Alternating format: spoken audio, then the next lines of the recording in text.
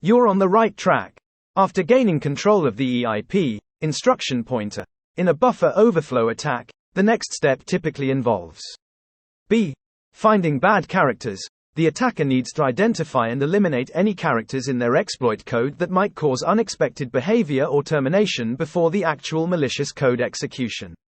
These are often referred to as bad characters. Here's why the other options aren't the most likely next step. A. Fuzzing. Fuzzing is a broader technique used in vulnerability testing to identify potential crashes or vulnerabilities by feeding random or malformed data to an application.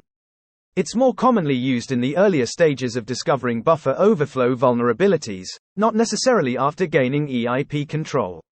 C. Creating shellcode. Creating shellcode, which is the malicious code that the attacker wants to execute, is likely already done before this stage. Once the attacker controls the EIP, they can redirect the program flow to their crafted shellcode for execution.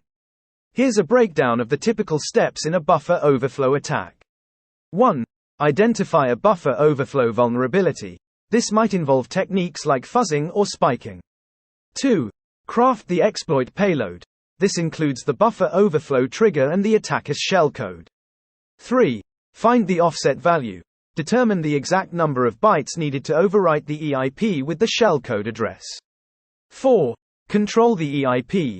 Overflow the buffer and overwrite the EIP to point to the attacker's shellcode location. 5. Find bad characters. Identify and remove any characters in the exploit code that might cause issues before shellcode execution. 6. Execute shellcode. The attacker's malicious code achieves its intended goals, e.g., gaining a shell prompt on the target system. Finding bad characters is a crucial step to ensure the exploit code runs smoothly after gaining EIP control.